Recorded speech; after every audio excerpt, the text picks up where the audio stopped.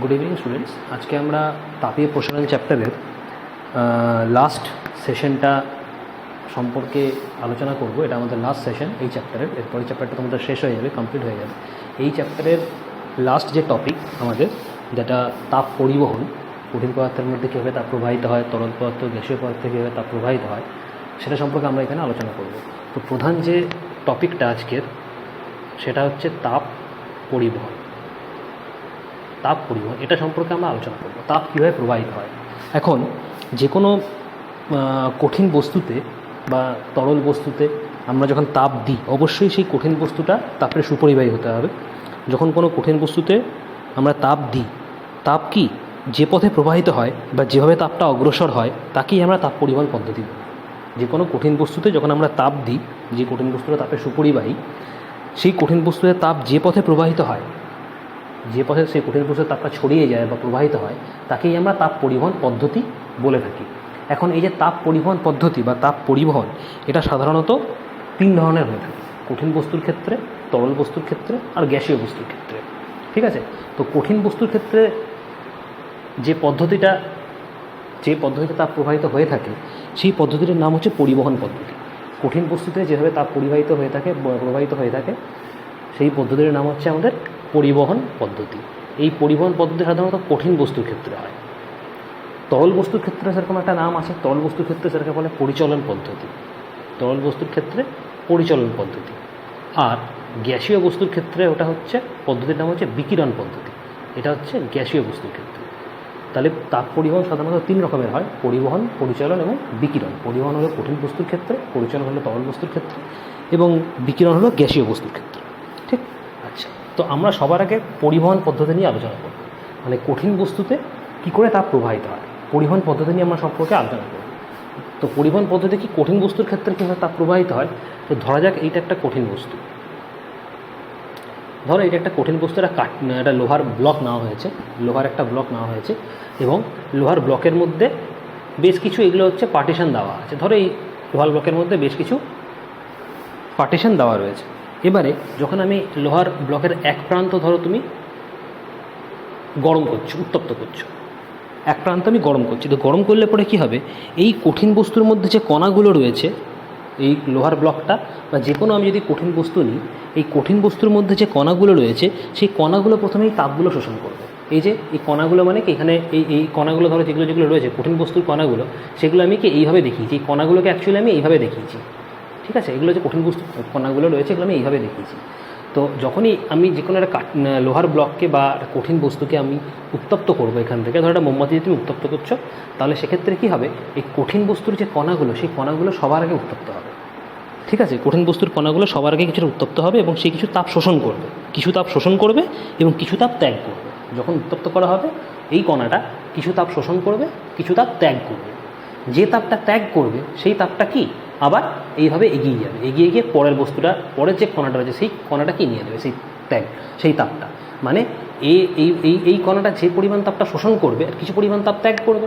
যে পরিমাণ তাপ ত্যাগ করবে, সেই তাপটা কি আবার এগিয়ে যাবে এবং এই কণাটা সেই তাপটাকে আবার গ্রহণ করবে। তো এই কণাটা আবার কিছুটা তাপ শোষণ করে আবার কিছুটা তাপ ত্যাগ করবে। যে তাপটা ত্যাগ করবে, সেই তাপটা আবার এগিয়ে যাবে, এগিয়ে গিয়ে সেই তাপটা আবার কি পরের কণাটা নেবে। আবার একই রকমভাবে এই কিছুটা তাপ শোষণ করবে, আবার কিছুটা তাপ ছেড়ে দেবে, এবং সেই যে তাপটা ত্যাগ করলো, সেই তাপটা আবার কি এই কণার কাছে চলে গেল, এও আবার সেইভাবে সেরকম করবে। তো এইভাবে তাপটা কি আস্তে আস্তে কঠিন বস্তুর মধ্যে প্রবাহিত হতে থাকে, দিয়ে পুরো কঠিন বস্তুর মধ্যে তাপটা ছড়িয়ে পড়বে এবং তার ফলে কি কঠিন বস্তুটা গরম হয়ে যাবে। তো কঠিন বস্তুর মধ্যে তাপ কিন্তু এইভাবে প্রবাহিত হয়। মানে কণাগুলো কি নিজের অবস্থানে কিন্তু ধরে রাখে। কণাগুলো কিন্তু নিজের অবস্থান থেকে সরে যায় না, কণাগুলো নিজের অবস্থানেই থাকে। শুধুমাত্র যে তাপটা আমি দিচ্ছি, সেই তাপটা কিন্তু ও ট্রান্সফার করে দেয়। তার মানে কি তাপটাকে প্রবাহিত করে এক কণা থেকে আরেক কণাতে, এইভাবে কণাগুলো কিন্তু নিজের জায়গাতেই থাকে। বোঝা গেল? তো এটা হচ্ছে কঠিন বস্তুর ক্ষেত্রে তাপ এইভাবে প্রবাহিত হয়। হলো, যে পদ্ধতিটা হচ্ছে আমরা বলি পরিবহন পদ্ধতি। ঠিক? আচ্ছা, এবার পরিচালন পদ্ধতি কীরকমভাবে হয় না, পরিচালন পদ্ধতি তো তরলের ক্ষেত্রে পরিচালন পদ্ধতি। তো ধরো একটা কন্টেনারের মধ্যে আমি কিছুটা তরল নিয়েছি। এই কন্টেনারের মধ্যে বেশ কিছুটা তরল আছে, যে কোনো তরলে রয়েছে। ঠিক? আচ্ছা, এখানে আমি ধরো বুনসেন বার্নার দিয়ে গরম করছি, হিট করছি তরলটাকে। তো হিট করলে পরে কী হবে দেখো, তরলের ক্ষেত্রে পরিচালন পদ্ধতি একটু আলাদা রকম। কীরকম না, যখন আমি এই একটা কন্টেনারে তরল নিয়ে মুনসেন বার্নার দিয়ে আমি এটাকে হিট করব, তাহলে একদম পাত্রের নিচের দিকে যে কণাগুলো রয়েছে, একদম পাত্রের নিচের দিকে তরলের যে কণাগুলো রয়েছে সেগুলো সবার আগে বেশি উত্তপ্ত হবে। ঠিক আছে, পাত্রের একদম নিচের দিকে যে কণাগুলো রয়েছে সেই কণাগুলো সবার আগে উত্তপ্ত হবে, এবং উত্তপ্ত হলে পরে কী হবে, ও তাপটাকে গ্রহণ করবে, গ্রহণ করে কি উত্তপ্ত হবে, এবং যে উত্তপ্ত হলে সে হালকা হয়ে যাবে, হালকা হয়ে গেলে উপরে উঠে যাবে, হালকা হয়ে গেলে উপরে উঠে যাবে। তো হালকা হয়ে গেলে যদি এই কণাগুলো উপরে উঠে যায়, তাহলে এখানে কিনা শূন্যস্থানের সৃষ্টি হলো, তখন কি হবে, উপরের কণাগুলো আবার কি নিচে চলে আসবে সেই জায়গাটা পূরণ করার জন্য। সো উপরের কণাগুলো যখন নিচে আসবে, তো সেই নিচের কণাগুলো আবার উত্তপ্ত হবে, উত্তপ্ত হয়ে হালকা হয়ে গেলে আবার উপরে চলে যাবে, আবার সেই জায়গাটা পূরণ করার জন্য কি উপরের কণাগুলো নিচে আসবে, গরম হবে, আবার উপরে চলে যাবে। তো এইরকম করে কি চক্রাকারে আস্তে আস্তে পুরো তরলে কি তাপটা ছড়িয়ে পড়বে, এবং কিছুক্ষণ পরে গোটা তরলটাই কি উত্তপ্ত হয়ে যাবে, গরম হয়ে যাবে। তো এটাকে আমরা বলি পরিচলন পদ্ধতি। এক্ষেত্রে কি হয়, এক্ষেত্রে কণাগুলো কিন্তু নিজের একই জায়গায় থাকে না, কণাগুলো কি স্থান পরিবর্তন করে। যখনই তাপ দেওয়া হবে তাপটা গ্রহণ করবে, হালকা হয়ে উপরে উঠে যাবে, আবার উপরের কণাগুলো কি সেই জায়গা পূরণ করার জন্য নিচে চলে আসবে। তাহলে সেক্ষেত্রে এই কণাগুলো নির্দিষ্ট জায়গায় থাকে না, কণাগুলো কি তাপটা যেই দেওয়া হলো তাপ গ্রহণ করে হালকা হয়ে আবার অন্য জায়গায় চলে যায়, সেই জায়গার কণাগুলো আবার সেই জায়গাটা পূরণ করার জন্য নিচে নেমে আসে। তো এইভাবে আস্তে আস্তে কি চক্রাকারে গোটা তরলটাই ধীরে ধীরে উত্তপ্ত হয়ে যাবে, গরম হয়ে যাবে। তো এটা হচ্ছে পরিচলন পদ্ধতি। পরিবহন পদ্ধতি আর পরিচালন পদ্ধতির মধ্যে মেন তফাৎটা হচ্ছে যে পরিবহন পদ্ধতিতে কিন্তু কণাগুলো কখনোই নিজের জায়গা পরিবর্তন করে না, কণাগুলো কিন্তু যে জায়গায় আছে সেই জায়গাতেই থাকে, শুধুমাত্র তাপটা গ্রহণ করে কিছু তাপ গ্রহণ করবে, কিছু তাপও ত্যাগ করবে, এবং যে তাপটা ত্যাগ করলো পরের কণাটা সেই তাপটা গ্রহণ করবে, গ্রহণ করে সেই কণাটা আবার কিছু তাপ গ্রহণ করবে, কিছুটা তাপ ত্যাগ করে আবার পরের কণাটা সেটা নেবে। তার মানে কি তাপটাকে আস্তে আস্তে গোটা কঠিন পদার্থের মধ্যে ছড়িয়ে দেবে, কিন্তু নিজে কিন্তু সেই জায়গা পরিবর্তন করবে না, যে কণাগুলো যেখানেই ছিল সেখানেই থাকবে। এটা কঠিন পদার্থের ক্ষেত্রে। তরল পদার্থের ক্ষেত্রে কিন্তু সেটা হয় না, তরল পদার্থের ক্ষেত্রে কিন্তু কণাগুলো স্থান পরিবর্তন করে। এটা হলো পরিবহন পদ্ধতি আর পরিচালন পদ্ধতির মধ্যে প্রধান তফাৎ। ঠিক আচ্ছা, তো এটা গেল পরিচালন পদ্ধতি। এবারে আছে আমাদের বিকিরণ পদ্ধতি। বিকিরণ পদ্ধতি কি করে হয়, অনেক সময় কি হয় যে ধরো এখানে যদি আমি কোনো আগুন জ্বালাই, মোমবাতি দিয়ে এখানে যদি আমি কোনো আগুন জ্বালাই এইভাবে, তাহলে সেক্ষেত্রে কি হয় যে উপরে ধরো তুমি যদি হাত রাখো, কোনো একটা হাত রাখো উপরে, যদি তুমি নিজের হাতটাকে রাখো, তাহলে পরে কী হবে, কিছুক্ষণ পরে হাতটা গরম লাগবে। ধরো এখানে একটা মোমবাতি জ্বালিয়েছো আর উপরে তুমি হাতটা রেখেছো, তা কিছুক্ষণ পরে কী মনে হবে, হাতটা খুব গরম লাগছে। তার মানে কি এখান থেকে তাপটা কি বায়ু মাধ্যমে তোমার হাতে এসে পৌঁছেছে, তবে যে তোমার হাতটা গরম লাগছে। মাঝখানে তো কিছু নেই, মাঝখানের জায়গাটা তো পুরো ফাঁকা, মাঝখানে কিছু নেই, মাঝখানে পুরো জায়গাটাই কি মোমবাতি আর তোমার হাতের মাঝখানে পুরো জায়গাটাই ফাঁকা। তার মানে কি মোমবাতি থেকে যে তাপটা বেরোচ্ছে সেই তাপটা কি তোমার হাতে এসে পৌঁছচ্ছে, মানে কি বায়ু মাধ্যমে তাপটা পৌঁছচ্ছে। একটা তো মাধ্যম চাই তাপটা পৌঁছাবার জন্য।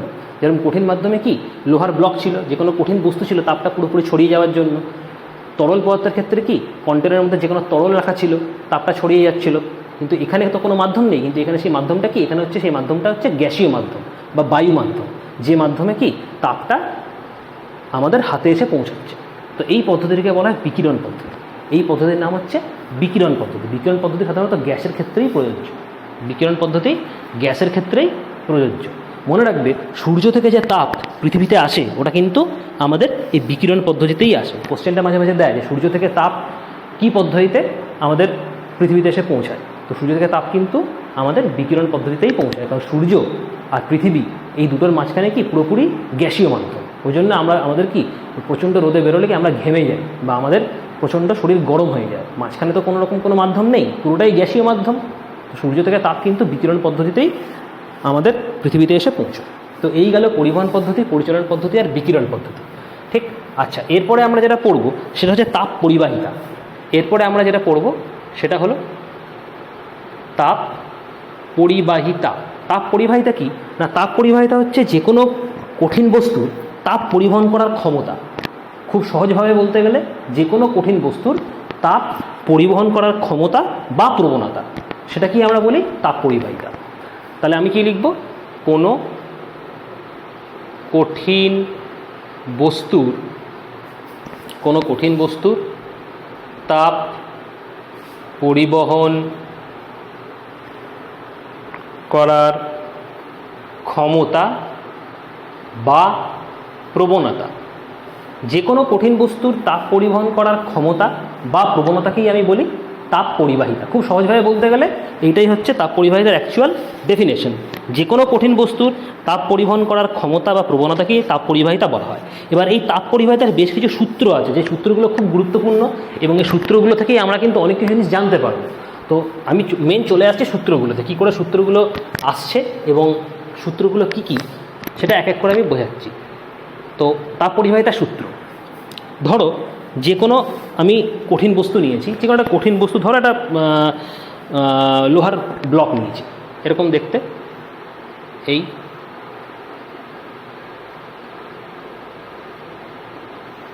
এই ধরো একটা লোহার ব্লক, ঠিক আছে।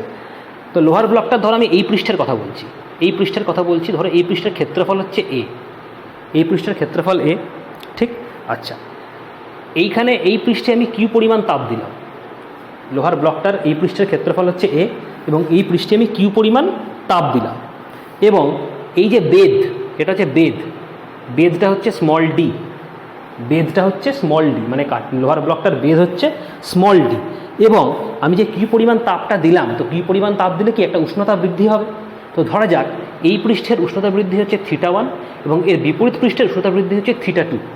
মানে ধরো তুমি যদি লোহার ব্লকটাকে তাপ দাও, যে কোনো একটা পৃষ্ঠে তাপ দিলে পরে কী হবে, আস্তে আস্তে তাপটা পুরো ব্লকে ছড়িয়ে পড়বে। পরিবহন পদ্ধতি অনুযায়ী এটা তো কঠিন বস্তু, তো কঠিন বস্তুর তাপটা কীভাবে ছড়াবে, পরিবহন পদ্ধতিতে ছড়াবে। তো যে কোনো একটা পৃষ্ঠে আমি যদি লোহার ব্লকটার যে কোনো একটা পৃষ্ঠে আমি যদি তাপ দিই, তো তাপটা আস্তে আস্তে কি এই পৃষ্ঠ থেকে পুরো টোটাল সমস্ত পৃষ্ঠে ছড়িয়ে পড়বে। তার মানে কি একটা উষ্ণতার পার্থক্য, একটা উষ্ণতার তারতম্য হবে। তো ধরা যাক তুমি যখন কিউ পরিমাণ তাপটা এই পৃষ্ঠে দিয়েছো, তখন এই পৃষ্ঠের উষ্ণতা হচ্ছে θ1 এবং এই পৃষ্ঠের উষ্ণতা হচ্ছে θ2। এখানে θ1 কিন্তু গ্রেটার দ্যান θ2, θ1 এখানে গ্রেটার দ্যান θ2। তার মানে θ1 যে তাপমাত্রাটা বা যে উষ্ণতা বৃদ্ধিটা, এটা কিন্তু এই পৃষ্ঠের উষ্ণতা বৃদ্ধির থেকে বেশি। এই কারণেই বেশি, কারণ তুমি তাপ তো এই পৃষ্ঠে দিয়েছো, এই পৃষ্ঠে তাপ দাওনি, তুমি ডাইরেক্ট এই পৃষ্ঠে তাপ দিয়েছো। তার মানে এই পৃষ্ঠের উষ্ণতা বেশি হবে অন্যান্য যে কোনো পৃষ্ঠের থেকে। ঘটনাটা যেটা ঘটবে সেটা হচ্ছে এই পৃষ্ঠে তুমি যদি তাপ দাও, তার মানে কি তাপটা আস্তে আস্তে পুরো ব্লকেই ছড়িয়ে পড়বে, দিয়ে পুরো ব্লকটাই গরম হয়ে যাবে। কিন্তু যেহেতু তুমি এই পৃষ্ঠে তাপ বেশি দিয়েছো, সুতরাং এই পৃষ্ঠের উষ্ণতা বৃদ্ধিটা অন্যান্য পার্টের থেকে বেশি হবে, যেহেতু তাপটা আমি এই পৃষ্ঠে দিয়েছি। সেই জন্যই এই পৃষ্ঠের তাপমাত্রা বৃদ্ধি যদি θ1 হয়, এই পৃষ্ঠের তাপমাত্রা বৃদ্ধি যদি θ2 হয়, সেক্ষেত্রে θ1 কিন্তু অবশ্যই θ2 থেকে বেশি।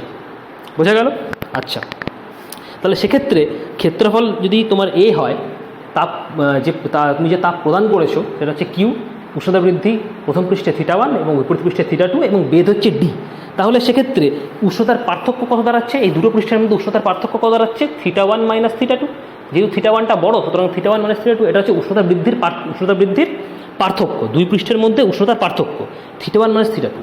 তাপ পরিবহনের সূত্রানুযায়ী প্রথম সূত্রটা সেটা হচ্ছে কিউ প্রপোর্শনাল টু θ1 মাইনাস θ2। তার মানে কী দাঁড়ালো জিনিসটা, যে প্রযুক্ত তাপ দুই পৃষ্ঠের উষ্ণতার পার্থক্যের সমানুপাতিক। θ1 মাইনাস θ2 হচ্ছে উষ্ণতার পার্থক্য, আর কি হচ্ছে প্রযুক্ত তাপ, সুতরাং প্রযুক্ত তাপ দুই পৃষ্ঠের উষ্ণতার পার্থক্যের সমানুপাতিক। তার মানে কিউ প্রপোর্শনাল θ1 মাইনাস θ2, এটা হচ্ছে প্রথম সূত্র, 1 নাম্বার। 2 নাম্বার কি, 2 নাম্বার সূত্রটা হচ্ছে কিউ প্রপোর্শনাল টু এ। তার মানে প্রযুক্ত তাপ ক্ষেত্রফলের সমানুপাতিক, প্রযুক্ত তাপ সেই পৃষ্ঠের ক্ষেত্রফলের সমানুপাতিক। তার মানে ক্ষেত্রফল এ যত বাড়বে, প্রযুক্ত তাপ তত বাড়বে। ডিরেক্টলি প্রপোর্শনাল, সমানুপাতিক, তার মানে কি ক্ষেত্রফল যত বেশি হবে তত তাপটা তোমার কি বেশি হবে। একই রকমভাবে θ1 মাইনাস θ2 সঙ্গে কিউ কি সমানুপাতিক। তার মানে এদের ডিফারেন্সটা যত বাড়বে তত তাপমাত্রা তত বাড়বে, মানে প্রযুক্ত তাপটা তত বাড়বে। এটা গেল 2 নম্বর সমীকরণ, মানে 2 নম্বর সূত্র। আচ্ছা, 3 নম্বর সূত্র হচ্ছে Q proportional to 1/d। 1/d means D মানে কি ছিল, বেধ। তার মানে যত বেধটা কম হবে তত তাপ বাড়বে, কারণ এখানে কিন্তু ডিরেক্টলি প্রপোর্শনাল নয়, এখানে কি ইনভার্সলি প্রপোর্শনাল। প্রযুক্ত তাপ বেধের সাথে ইনভার্সলি প্রপোর্শনাল। তার মানে হচ্ছে যত বেধটা কম হবে, ব্লকের বেধ যত কম হবে তত প্রযুক্ত তাপ বাড়বে, আর ব্লকের বেধ যত বেশি হবে প্রযুক্ত তাপ তত কমবে। তার মানে ধরো এই একটা কাঠের ব্লক রয়েছে, ধরো তুমি যদি কাঠের ব্লকটা এরকম নিতে, এই ধরো কাঠের ব্লকটা যদি আমি এরকম নিতাম, ধরো এরকম যদি কাঠের ব্লক নিতাম, তাহলে সেক্ষেত্রে দেখো বেধটা অনেক বেশি। ধরো এই বেধটা হচ্ছে ডি ড্যাশ, তাহলে এক্ষেত্রে দেখো কাঠের ব্লকের বেধটা কিন্তু এর থেকে বেশি, এর থেকে কাঠের ব্লকের বেদটা কিন্তু এইটা বেশি, তার মানে এক্ষেত্রে ডিটা বেশি, তো এক্ষেত্রে ডিটা বেশি হলে পরে কী হবে, তাপটা কম হবে। এই কিউ প্রপোর্শনাল 1/d এর সূত্র অনুযায়ী, কারণ আমি কি জেনেছি কিউয়ের সঙ্গে ডিটা ইনভার্সলি প্রপোর্শনাল, তা ডি যত বেশি হবে কিউ তত কম হবে, তো এক্ষেত্রে বেদটা বেশি এই ব্লকের ক্ষেত্রে, তো এই ব্লকের ক্ষেত্রে বেদটা যদি বেশি হয় তাহলে এর ক্ষেত্রে তাপটা কিন্তু কম হবে, এর ক্ষেত্রে বেদটা যেহেতু কম তো এর ক্ষেত্রে তাপটা বেশি হবে। বোঝা গেল?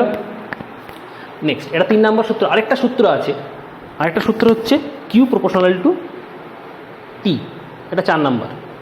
তার মানে টি মানে হচ্ছে এখানে সময়, মানে কতক্ষণ ধরে আমি তাপ দিচ্ছি, তো যতক্ষণ ধরে তাপ আমি দেবো তত তোমার কি প্রযুক্ত তাপটা বেশি হবে, টি যত বাড়বে তত কিউ বাড়বে, ডিরেক্টলি প্রপোর্শনাল। তার মানে টি মানে কি, যত বেশি সময় ধরে তুমি তাপটা দেবে ব্লকে তত তোমার প্রযুক্ত তাপটা বেশি হবে, যত কম সময় ধরে তুমি তাপ দেবে তত প্রযুক্ত তাপটা তোমার কম হবে। এবার এই 4টে সূত্রকে আমি যদি কম্বাইন করি যৌগিক ভেদের সূত্র অনুযায়ী, আমি যদি এই 4টে সূত্রকে কম্বাইন করি তাহলে আমার কী দাঁড়াবে, Q proportional θ1 - θ2 A into T divided by D. দেখে নাও ভালো করে, যৌগিক ভেদের সূত্র অনুযায়ী যদি আমি এটাকে একসঙ্গে কম্বাইন করে দিই তাহলে এটা দাঁড়াবে Q proportional θ1 - θ2 into A into T by divided by D.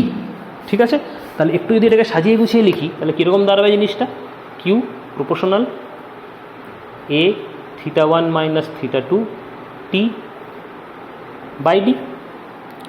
এবারে যদি প্রপোর্শনাল সাইনটাকে তুলতে হয় আমাকে, তাহলে একটা প্রপোর্শনাল সাইনটাকে তুলতে গেলে আমাকে কি একটা কনস্ট্যান্ট দিতে হবে, কনস্ট্যান্টটা হচ্ছে কে, A θ1 - θ2 into T by D. এইটা হচ্ছে ফর্মুলা, এইটা হচ্ছে ফর্মুলা প্রযুক্ত তাপ, যার মানে তাপ পরিবাহিতার এইটাই হচ্ছে আমার মেন ফর্মুলা। ঠিক, এই যে কনস্ট্যান্টটা, এটা হচ্ছে অ্যাকচুয়ালি ধ্রুবক, এই কনস্ট্যান্টটা হচ্ছে এই কেটা হচ্ছে অ্যাকচুয়ালি কনস্ট্যান্ট বা ধ্রুবক, এবং এই ধ্রুবকটাকেই বলা হয় কি তাপ পরিবাহিতাঙ্ক। এই ধ্রুবকটাকেই বলা হয় তাপ পরিবাহিতাঙ্ক, তাপ পরিবাহিতাঙ্ক। ঠিক, একটা কোশ্চেন দেয় তোমাদের মাঝে মাঝে, দেখবে যে এই যে কে বা ধ্রুবক বা যেটাকে আমরা তাপ পরিবাহিতাঙ্ক বলছি, এই তাপ পরিবাহিতাঙ্ক কিসের উপর নির্ভর করে? অপশান থাকবে তোমাদের দৈর্ঘ্যের উপর, প্রস্থের উপর, উচ্চতার উপর, কোনোটাই কিন্তু হবে না, এদের মধ্যে কোনোটাই হবে না। আনসারটা কী হবে না, তাপ পরিবাহিতাঙ্ক নির্ভর করে কঠিন বস্তুর উপাদানের উপর, কঠিন বস্তুর উপাদানের উপর। তার মানে কি, এই কঠিন বস্তুটা কী দিয়ে তৈরি হয়েছে, এটা লোহার তৈরি না তামার তৈরি না সীসার তৈরি না কিসের তৈরি, তার উপর নির্ভর করবে। তার মানে কি, লোহার যদি হয় তাহলে তাপ পরিবাহিতাঙ্ক আলাদা হবে, সীসার যদি হয় তার আলাদা হবে, তামার যদি হয় তার আলাদা হবে। সুতরাং এই তাপ পরিবাহিতাঙ্ক কিন্তু নির্ভর করে কঠিন বস্তুর উপাদানের উপর, কী দিয়ে কঠিন বস্তুটা তৈরি হয়েছে, দৈর্ঘ্য প্রস্থ উচ্চতা কোনোটাই কিন্তু হবে না, এটা মনে রাখবে। ঠিক, আচ্ছা, তাহলে এবার আমরা দেখব যে এই তাপ পরিবাহিতাঙ্কের সংজ্ঞা কী। যদি কোশ্চেন দেয় যে তাপ পরিবাহিতাঙ্কের সংজ্ঞা কী, তাপ পরিবাহিতাঙ্ক কাকে বলে, তো সংজ্ঞাটা কী হবে, তাহলে দেখো কিউ ইকুয়ালস টু, ফর্মুলাটা কী হচ্ছে, Q equals to K A θ1 - θ2 T divided by D. এই ঠিক আছে, তো সংজ্ঞাটা যদি আমি কে এর সংজ্ঞা বার করতে চাই, মানে তাপ পরিবাহিতাঙ্কের সংজ্ঞা বলতে চাই, তাহলে আমাকে কিছু প্রথমে অ্যাজিউম করতে হবে, ধরে নিতে হবে। যেরকম আমি এখানে ধরে নেব এ ইকুয়ালস টু 1, মানে ক্ষেত্রফলটা আমি 1 ধরবো, বেদ ডিটা 1 ধরবো, টাইম টিটা হচ্ছে 1 সেকেন্ড, 1 সেকেন্ড ধরে নেবো, এবং θ1 - θ2 মানে উষ্ণতা বৃদ্ধি যেটা, সেটাকে আমি ধরে নেবো 1 ডিগ্রি। ঠিক, তো এবার যদি আমি ভ্যালুগুলো পুট করে দিই এই ইকুয়েশানে, তাহলে কীরকম দাঁড়াবে, কিউ ইকুয়ালস টু কে, তো ভ্যালু কিউ ইকুয়ালস টু এটা দাঁড়াবে, এটা কে, ঠিক, এর ভ্যালু তো 1, θ1 এটাও 1, টিটাও 1, এমনকি তোমার ডিটাও 1, তার মানে কী দাঁড়ালো, কিউ ইকুয়ালস টু কে, এই দাঁড়ালো। তার মানে কি, প্রযুক্ত তাপ তাপ পরিবাহিতাঙ্কের সঙ্গে সমান হয়ে গেল, প্রযুক্ত তাপ তাপ পরিবাহিতাঙ্কের সঙ্গে সমান হলো। তাহলে ডেফিনেশনটা কী দাঁড়াবে, ডেফিনেশনটা হচ্ছে যে একক বেদ একক ক্ষেত্রফল বিশিষ্ট কোনো পরিবাহীর উষ্ণতা, ভালো করে শুনবে, একক বেদ একক ক্ষেত্রফল বিশিষ্ট। একক বেদ কেন বললাম, কারণ ডিটাকে আমি 1 ধরেছি, ক্ষেত্রফলটাকেও 1 ধরে নিয়েছি। তার মানে কি, একক বেদ একক ক্ষেত্রফল বিশিষ্ট কোনো পরিবাহীর উষ্ণতা 1 সেকেন্ডে 1 ডিগ্রি সেন্টিগ্রেড বৃদ্ধি করতে যে পরিমাণ তাপ লাগে সেই পরিমাণ তাপকে ওই পরিবাহীর তাপ পরিবাহিতাঙ্ক বলে। এই হচ্ছে সংজ্ঞা।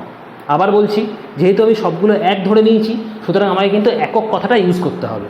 তাহলে কী দাঁড়ালো জিনিসটা, একক বেদ একক ক্ষেত্রফল বিশিষ্ট কোনো পরিবাহীর উষ্ণতা 1 সেকেন্ডে 1 ডিগ্রি বৃদ্ধি করতে যে পরিমাণ তাপ লাগে সেই পরিমাণ তাপকে ওই পরিবাহীর তাপ পরিবাহিতাঙ্ক বলে। ঠিক, এটা হচ্ছে তাপ পরিবাহিতাঙ্কের সংজ্ঞা। এইভাবে তোমাদের লিখতে হবে, লিখে নেবে। যদি মিস করে যাও তাহলে আবার রিভাইন্ড করে শুনে লিখে নিও খাতায়।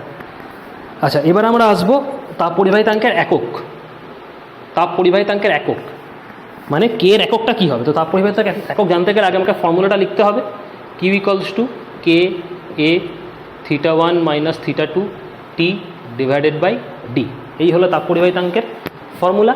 তাহলে সেক্ষেত্রে এককটা যদি আমাকে জানতে হয়, আমাকে জানতে হবে কে এর একক, আমাকে জানতে হবে কে এর একক মানে তাপ পরিবাহিতাঙ্কের একক। সুতরাং আমি কেটাকে আগে বার করে নিই। তো কেটাকে যদি আমি বার করে নিই, কেটাকে এদিকে নিয়ে চলে এলাম, তাহলে এটা হবে Q D divided by A θ1 minus θ2 T. ঠিক। আচ্ছা, এবার একক যখন আমি বার করবো, এসআই পদ্ধতিতেও হয়, সিজিএস পদ্ধতিতেও হয়। আমি দুটোই তোমাদের করে দেখাচ্ছি যে এসআই পদ্ধতিতে কী করে আর সিজিএস পদ্ধতিতে। এটা এদিকে এসআই আর এদিকে সিজিএস। ঠিক। আচ্ছা, তো এসআইতে যদি হয় তাহলে আমি সব এসআইয়ের ভ্যালুগুলো বসাবো। তাহলে কে এর একক এসআই পদ্ধতিতে কী হবে? দেখো, কিউ মানে কি? প্রযুক্ত তাপ। তো প্রযুক্ত তাপের ইউনিট কি? জুল। আমরা জানি তাপের ইউনিট হচ্ছে জুল। তো কিউ এর ইউনিট হচ্ছে এখানে জুল, গুণিত ডি হচ্ছে বেদ। তো বেদ মানে কি? বেদ মানে হচ্ছে তোমার এখানে কি? মিটার। বেদ তো একটা তোমার একটা দৈর্ঘ্য, তো সুতরাং বেদ হচ্ছে এখানে কি? মিটার। এসআই পদ্ধতিতে জুল ইন্টু মিটার। এ ক্ষেত্রফল, তাহলে এটা হবে মিটার স্কোয়ার। এবং θ1 মানে θ2, এটা কি হবে? তাপমাত্রার পার্থক্য, তার মানে কেলভিন এসআই পদ্ধতিতে। আর টাইমটা তো সেকেন্ড হবে। এটা গেলে এসআই পদ্ধতি। তাহলে এবার এটাকে কাটাকাটি করো, তাহলে এটা এম স্কোয়ার কেটে একটা এম পড়ে থাকবে, তার মানে রইল কি? জুল। এমটাকে যদি ওপরে তুলে দিই তাহলে হয়ে যাবে কি? M inverse. কেটাকে ওপরে তুলে দিলে কি? কে ইনভার্স। এসটাকে ওপরে তুলে দিলে সেকেন্ড ইনভার্স। তার মানে মাত্রা কী এককটা কী দাঁড়ালো এসআই পদ্ধতিতে তাপ পরিবাহিতাঙ্কের? Joule, metre inverse, kelvin inverse, second inverse. ঠিক। এর আরেকটা ইউনিট হয়, এটা আমি পরে দেখাচ্ছি, আগে সিজিএসটা দেখিয়ে নিই, তারপরে দেখাচ্ছি। এবার সিজিএস পদ্ধতিতে যদি হয় তাহলে সবগুলো সিজিএসের ভ্যালু বসাবো। তো সিজিএস পদ্ধতিতে তাপের একক কী হবে? তখন আর জুল হবে না, তখন হবে ক্যালোরি। তাহলে কিউ এর জায়গায় আমি কী বসাবো? ক্যালোরি। কিন্তু বেদ ডি এর জায়গায় কী হবে? সেন্টিমিটার। ঠিক। আচ্ছা, ক্ষেত্রফল এ হবে তোমার সেন্টিমিটার স্কোয়ার, কিন্তু তাপমাত্রার পার্থক্য θ1 মাইনাস θ2, এটা হয়ে যাবে তোমার কি? সিজিএস পদ্ধতিতে ডিগ্রি সেন্টিগ্রেড, কিন্তু টাইম তো সেকেন্ডই থাকবে। এসআইতেও যাও সিজিএসও তাই। তাহলে এবার এটা কাটাকাটি করো, তো একই রকমভাবে সেন্টিমিটার স্কোয়ার কেটে গেলে সেন্টিমিটার পড়ে থাকবে, তার মানে এটা ক্যালোরি। সেন্টিমিটারটা যদি ওপরে তুলে দিই, এটা হবে centimetre two the power -1, degree centigrade ওপরে তুলে দিলে -1, সেকেন্ড ওপরে তুলে দিলে -1। তার মানে দাঁড়ালো কি আমার? Calorie centimetre two the power -1, degree centigrade two the power -1, second -1। এই হলো এসআই পদ্ধতি আর সিজিএস পদ্ধতি তাপ পরিবাহিতাঙ্কে মানে কে এর একক। এবার এসআই পদ্ধতিতে আরেকটা একক হয়। এসআই পদ্ধতিতে এই এককটা ছাড়াও আরেকটা একক হয়, যে এককটাও তোমাদের পরীক্ষায় মাঝে মাঝে দেয়। তো সেটাও আমি করে দেখাচ্ছি। যে দেখো, যে আমি আগে এটা লিখে নাও, আমি এটা মুছে দিয়ে আবার দেখাচ্ছি।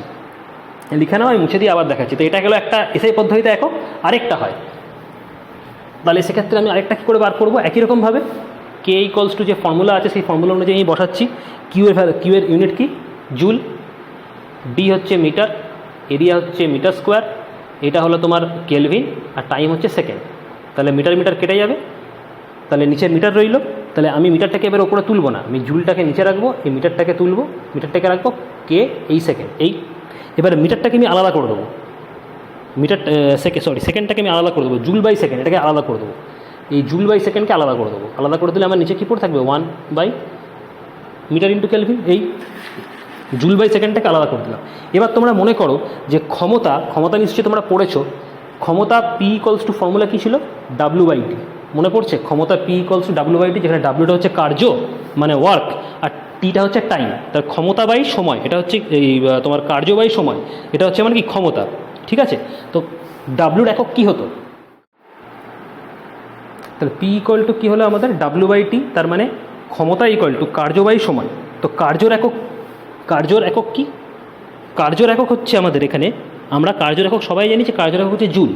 কার্যের একক কিন্তু অ্যাকচুয়ালি যা হয় তাপের এককে কিন্তু তাই, কার্যের এককও জুল, আর প্রযুক্ত তাপ তার এককও কিন্তু জুল। ইনফ্যাক্ট কার্যেরও যা মাত্রা হয় তাপেরও কিন্তু মাত্রা একই, এটা আমরা সবাই জানি। তো কার্যের একক যেরকম জুল, প্রযুক্ত তাপ, সেই প্রযুক্ত তাপের এসআই এককও কিন্তু জুলই হয়। ঠিক। তো এখানে আমরা কি কার্যের জায়গায় জুল বসাতে পারি, আর টাইমের জায়গায় কী বসাতে পারি? সেকেন্ড। তাহলে জুল বাই সেকেন্ড। তো জুল বাই সেকেন্ডের আরেকটা নাম হয় যেটাকে আমরা কি বলি? ওয়াট। এটাও কিন্তু ক্ষমতার একক। তার মানে দেখো এখানে জুল বাই সেকেন্ড আছে, তো এই জুল বাই সেকেন্ডের জায়গায় আমি কি ওয়াট বসিয়ে দিতে পারি। তো এখানে আমি বসিয়ে দিলাম ওয়াট, ডাব্লু। ডিভাইডেড বাই পড়ে রইল কি এম ইন্টু এটা এম ইন্টু কে, মানে মিটার ইন্টু কেলভিন। তাহলে আমার নতুন ইউনিট কী দাঁড়ালো? Watt metre inverse kelvin inverse, watt metre inverse kelvin inverse. এই এককটাও কিন্তু তাপ পরিবাহিতাঙ্কে এসআই একক, আগেরটাও হবে এইটাও হবে, বোঝা গেল? আর এইটা হচ্ছে সিজিএস পদ্ধতিতে, ডান দিকেরটা হচ্ছে সিজিএস পদ্ধতিতে, ঠিক। আচ্ছা, তো একক গেল। এবারে আমরা দেখব মাত্রা। ভালো করে এগুলা খাতায় লিখে রাখবে। এরপরে হচ্ছে মাত্রা। নেক্সট আমরা পড়ব তাপ পরিবাহিতাঙ্কের মাত্রা, তাপ পরিবাহিতাঙ্কের মাত্রা। তাহলে ফর্মুলাটা কী ছিল? তাপ পরিবাহিতাঙ্কের কে সমান সমান কিউ গুণিত D divided by A θ1 minus θ2 into time, ঠিক। তাহলে মাত্রা জানতে গেলে আমাকে কি জানতে হবে? কে এর মাত্রা সমান সমান কিউ এর মাত্রা। এবার কিউ মানে হচ্ছে প্রযুক্ত তাপ, তাহলে তাপের মাত্রা যা কার্যের মাত্রাও তাই। যেরকম একক তাপের একক যা ছিল কার্যের এককও তাই ছিল, তাপের মাত্রাও যা কার্যের মাত্রাও কিন্তু তাই। সুতরাং কার্যের মাত্রাটা আমি জানতে পারলেই তাপের মাত্রা জানতে পারবো। এবার কার্য ডাব্লিউ ইকুয়াল টু ফর্মুলা ছিল আমাদের কি এফ ইন্টু এস, আমরা জানি পড়েছি কার্য সমান সমান W equal to F into S. এফটা হচ্ছে ফোর্স, বল, বলের মাত্রা আমরা সবাই জানি M L T minus two, ঠিক। আচ্ছা, স্মরণ, এস মানে হচ্ছে স্মরণ, স্মরণের মাত্রা হচ্ছে এল। তাহলে পুরো কার্যের মাত্রা কী দাঁড়ালো? এম এল স্কোয়ার টি মাইনাস টু, এটা সবাই আমরা জানি। তো কার্যের যা মাত্রা প্রযুক্ত তাপ কিউ তারও মাত্রা কিন্তু এক, তাহলে সেইটা আমি এখানে বসিয়ে দেবো এম এল স্কোয়ার টি মাইনাস টু কার্যের মাত্রা। সুতরাং এটাই আমার কি কিউয়ের মাত্রা হয়ে যাবে। তাহলে আমি এখানে ডাইরেক্ট বসিয়ে দেবো এম এল স্কোয়ার টি মাইনাস টু, আর ডি হবে আমার কি বেদ, সুতরাং এটা কি এলই হবে। এরিয়া মানে এল স্কোয়ার, এটা হবে থিটা তাপমাত্রা বৃদ্ধি, এটা হয়ে যাবে থিটা, আর টি এটা হয়ে যাবে টাইম মানে টি। এবার আমরা এখানে যদি ক্যালকুলেশন করি তাহলে আমরা দেখতে পাবো যে এই এল স্কোয়ার কেটে যাবে। তাহলে পড়ে রইল কি এম, এটা এল আছে, টি মাইনাস টু এটা পড়ে রইল, আর এই টিটাকে ওপরে চলে গেলে কী হয়ে যাবে? টি ইনভার্স হয়ে যাবে, আর থিটাও ওপরে চলে গেলে থিটা ইনভার্স হয়ে যাবে। তাহলে পুরোটাকে যদি আমি একসাথে করে দিই তাহলে আমার মাত্রাটা কী দাঁড়াবে? M L T minus three Q minus one. এই হলো তাপ পরিবাহিতাঙ্কের মাত্রা, M L T minus three T to the power minus three Q to the power minus one. এই গেল তাপ পরিবাহিতাঙ্কের মাত্রা। নেক্সট আমরা পড়ব তাপীয় রোধ। নেক্সট আমাদের যে টপিকটা পড়ব সেটা হলো তাপীয় রোধ। তাপীয় রোধ, তাপীয় রোধ আগে জানতে গেলে আমাদেরকে ফর্মুলাটা লিখতে হবে যে Q equals to K A θ1 minus θ2 into T divided by D, K A θ1 minus θ2 into T divided by D. তাহলে সেক্ষেত্রে আমি এবারে টিটাকে এখানে নামিয়ে নেব, Q by T equals to K A θ1 minus θ2 by D, ডিটাকে আমি এখানে নামিয়ে নিলাম নিচে। আচ্ছা, এবারে কিউ বাই টি আরেকটু চেঞ্জ করি, Q by T equals to আমার দাঁড়াবে θ1 minus θ2 D by K A. এই যে উপরে কে এ রয়েছে কে ইন্টু এ, সেই কে ইন্টু এটাকে আমি নিচে নামিয়ে দিলাম, একদম ডি বাই কে এ করলাম, কারণ এই কে যদি নিচে থাকে এটাই উপরে গেলে কি কে ইন্টু এ হয়ে যাবে। সুতরাং এভাবে আমি লিখতে পারি, ঠিক আছে। এখানে যে কিউটা, এই কিউটা হচ্ছে আমাদের কি প্রযুক্ত তাপ, প্রযুক্ত তাপ। টিটা হচ্ছে আমার কি সময়, এবং θ1 মাইনাস θ2টা কি উষ্ণতার পার্থক্য, উষ্ণতার পার্থক্য, ঠিক। আচ্ছা, তো এটাকে আমি দিলাম ইকুয়েশন নাম্বার 1, এটা হচ্ছে ইকুয়েশন নাম্বার 1। আচ্ছা, ডান দিকটা আমি মুছে দিয়ে ডান দিকে দেখাচ্ছি, তাহলে বুঝতে সুবিধা হবে। এবার এই তাপীয় রোধ জানতে গেলে আমাদের চলতরিৎ চ্যাপ্টারে একটু যেতে হবে। চলতরিৎ চ্যাপ্টারে যে ওহমের সূত্র, সেই ওহমের সূত্র জানতে হবে। চলতরিৎ চ্যাপ্টারে যখন এই পড়াবো তখন ডিটেলসেই বলে দেবো। এখন শুধু জেনে রাখো যে চলতরিৎ চ্যাপ্টারে আমাদের ওহমের সূত্র রয়েছে, সেই ওহমের সূত্র আমাদের জানতে হবে, এবং ওহমের সূত্রের সঙ্গে এই সূত্রটা আমাদের তুলনা করে তবে তাপীয় রোধ বার করতে পারবো আমরা। তো এখন ওহমের সূত্রটা জেনে রাখো, যে ওহমের সূত্রটা কী ছিল না, ওহমের সূত্র হচ্ছে যে কোনো পরিবাহীর মধ্যে দিয়ে যখন তাপ পাঠানো হয়, সাপোজ ধরে নাও এটা হচ্ছে আর রোধ, ঠিক। ধরো আই কারেন্ট যাচ্ছে, পাস করছে, এবং এখানে এই পয়েন্টে V1 V2 কি না, V1 হচ্ছে বিভব প্রভেদ আর V2 হচ্ছে বিভব প্রভেদ, ঠিক আছে। এটা পরিবাহীর দুই প্রান্তের বিভব প্রভেদ দেওয়া আছে V1 আর V2, এবং এটা একটা পরিবাহী যেখানে রোধ হচ্ছে R এবং I হচ্ছে কারেন্ট। ঠিক, তাহলে বিভব পার্থক্য কি? বিভব পার্থক্য হচ্ছে এই দুই পয়েন্টের বিভব পার্থক্য হচ্ছে আমার V1 - V2। এবার ওহমের সূত্র কি বলছে না, ওহমের সূত্র বলছে যে কোনো পরিবাহীর মধ্যে দিয়ে তড়িৎ প্রবাহিত হবে সেই তড়িৎ পরিবাহীর দুই প্রান্তের বিভব পার্থক্যের সমানুপাতিক। যে কোনো পরিবাহীর মধ্যে দিয়ে যে তড়িৎ প্রবাহিত হবে সেই তড়িৎ পরিবাহীর দুই প্রান্তের বিভব পার্থক্যের সমানুপাতিক। তার মানে যদি I তড়িৎ প্রবাহিত হয় এই পরিবাহীর মধ্যে দিয়ে, তাহলে ওহমের সূত্র অনুযায়ী I current proportional to V1 - V2। এটা হচ্ছে ওহমের সূত্র, I proportional to V1 - V2। I যদি প্রবাহ মাত্রা হয়, I হচ্ছে অ্যাকচুয়ালি প্রবাহ মাত্রা মানে কারেন্ট, তা I যদি প্রবাহ মাত্রা হয় এবং V1 V2 যদি দুই প্রান্তের বিভব প্রভেদ হয়, তাহলে ওহমের সূত্র অনুযায়ী বিভব প্রভেদ কারেন্টের সঙ্গে বা প্রবাহ মাত্রার সঙ্গে সমানুপাতিক। এটা হলো ওহমের সূত্র। তাহলে সেক্ষেত্রে আমি যদি এটাকে প্রপোর্শনাল সাইনটাকে তুলে দিই, তাহলে V1 - V2 ইকুয়ালটা আমি পাবো IR। আরটা হচ্ছে এখানে কি কনস্ট্যান্ট বা ধ্রুবক, এবং এই আরটাকেই বলা হয় আমার কি রোধ। এখানে আরটাই হচ্ছে আমার কি রোধ। ঠিক, আর V1 - V2 হচ্ছে এখানে আমার IR। তো সেখান থেকে আমি যদি I এর ভ্যালুটা বার করে নিই, তাহলে I এর ভ্যালু দাঁড়াবে V1 - V2 বাই R, যেখানে আইটা হচ্ছে আমার কি প্রবাহ মাত্রা। এই অবধি বোঝা গেছে? খালি এইটুকু জেনে রাখো, যখন চলতৈর চ্যাপ্টারটা পড়াবো তখন আমি ডিটেলস আরও বুঝিয়ে দেবো। তা I ইকুয়াল টু হচ্ছে V1 - V2 বাই R। এবার প্রবাহ মাত্রা I এর আরেকটা ফর্মুলা আছে, আরেকটা formula I equals to Q/T।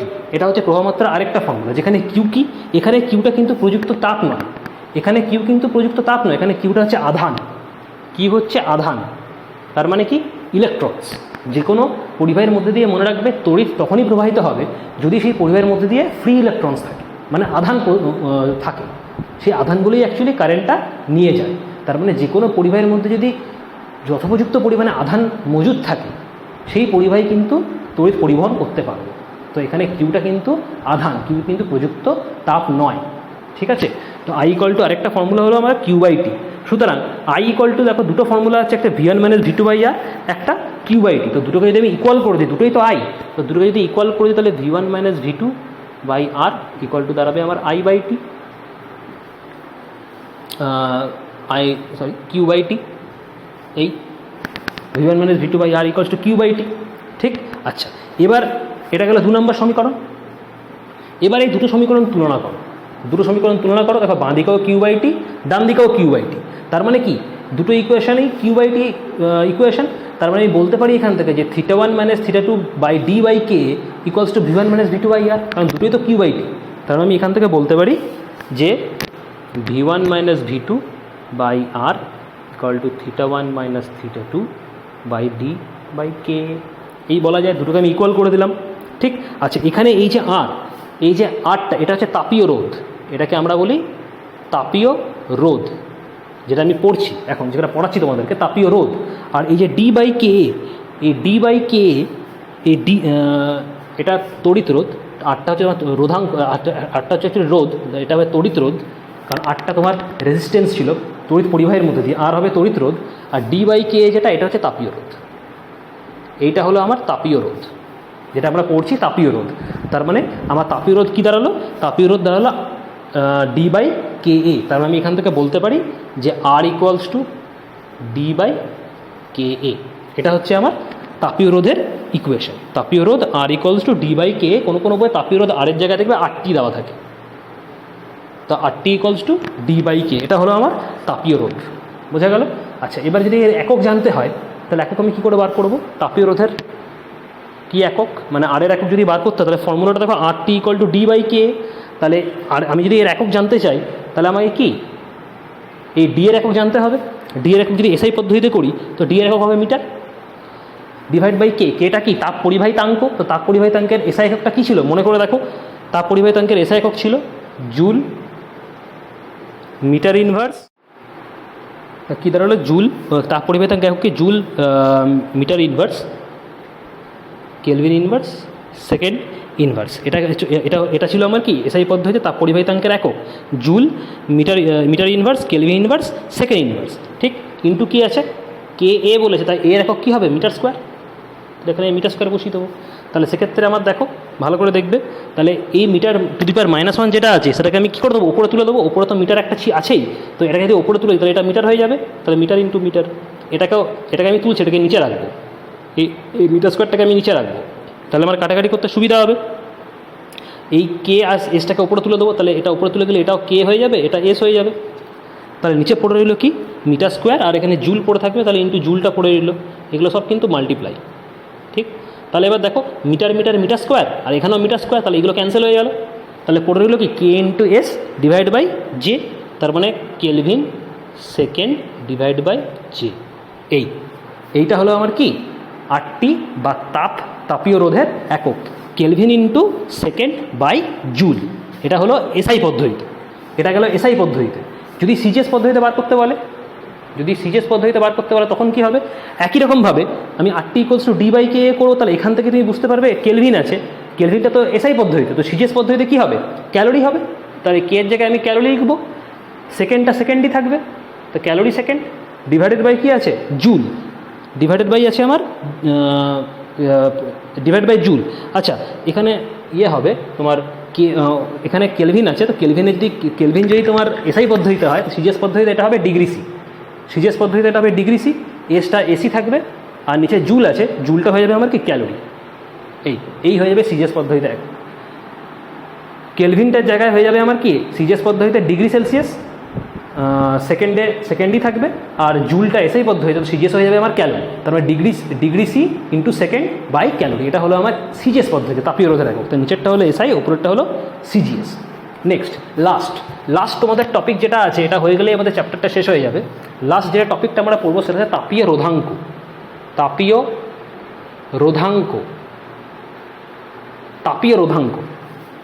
তাপীয় রোধাঙ্ক জানতে গেলে আগে ফর্মুলাটা দেখতে হবে তাপীয় রোধের, RT equals to D by K, এটা ছিল আমাদের কি তাপীয় রোধের ফর্মুলা, ঠিক।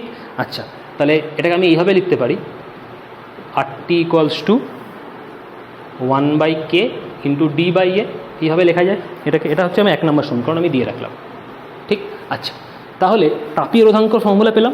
এবারে যদি আমি তড়িৎ রোধের ক্ষেত্রে দেখি, দেখবে তড়িৎ রোধের ক্ষেত্রে চলতড়িৎ যখন তোমরা পড়বে, চলতড়িতের ক্ষেত্রে রোধের একটা ফর্মুলা আছে, ওখানেও কিন্তু রোধাঙ্ক আছে, চলতড়িতের ক্ষেত্রেও কিন্তু রোধাঙ্ক আছে, ঠিক আছে। তো চলতড়িতের ক্ষেত্রে রোধাঙ্কের যে এক্সপ্রেশনটা বা রোধাঙ্কের যে সমীকরণটা, সেই সমীকরণটা হচ্ছে আমাদের R equals to rho into L by A. যখন চলতড়িৎ পড়াবো তখন আমি ডিটেলস বুঝিয়ে দেবো, এখন শুধু জেনে রাখো যে এখানে এই R equals to rho into L by A, এই সমীকরণটা কিন্তু তড়িৎ রোধের ক্ষেত্রে সমীকরণ, এটা কিন্তু তাপীয় রোধ নয়, এটা কিন্তু তড়িৎ রোধ, ঠিক আছে। যেখানে রোটাকে আমরা বলি রোধাঙ্ক, কি রোধাঙ্ক, এটা হচ্ছে তড়িৎ রোধাঙ্ক। আর উপরে RT equal to D by K যেটা আমরা পেলাম, এটা কিন্তু তাপীয় রোধাঙ্ক, দুটোর মধ্যে তফাৎ রয়েছে।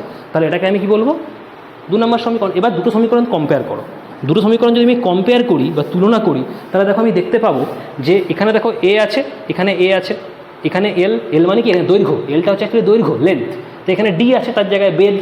আচ্ছা, আরটি আর এটা তাপীয় রোধাঙ্ক, এটা তড়িৎ রোধাঙ্ক, তাহলে পড়ে হলো কি rho equals to 1 by K, rho equals to 1 by K. যদি কম্পেয়ার করি দুটোর সঙ্গে আমি দেখতে পাবো রো ইকুয়ালস টু আমার দাঁড়াচ্ছে 1 বাই কে। এই রোটাকেই আমরা বলি কি তাপীয় রোধাঙ্ক। যদি আমি দুটো জিনিস কম্পেয়ার করি তখন রোটাকে আমরা বলবো তাপীয় রোধাঙ্ক। কিন্তু যদি শুধুমাত্র আমি এখানে আমি যদি রোটাকে যদি বিচার করি, সেই রোটা কিন্তু হয়ে যাবে তোমার তড়িৎ রোধাঙ্ক। যখন তুমি তুলনা করবে দুটো ইকুয়েশন, তখন তোমার যে রোটা চলে আসবে, তখন এটাকে বলা হবে কি আমার তাপীয় রোধাঙ্ক। সেই জন্য কোনো বইতে কনফিউশন না করার জন্য এই রোয়ের সঙ্গে টিটাকে বসিয়ে দেওয়া হয়, একটা রো টি বসিয়ে দেওয়া হয়, যাতে T for temperature, that means rho T হয়ে যাবে তখন তোমার তাপীয় রোধাঙ্ক। বোঝা গেল? ব্যাস, তোমাদের চ্যাপ্টার শেষ। ভালো করে লিখে নেবে এগুলো, তা তোমাদের হিট চ্যাপ্টারটা এখানেই শেষ। এটা পড়ে গেলেই যথেষ্ট। Thank you.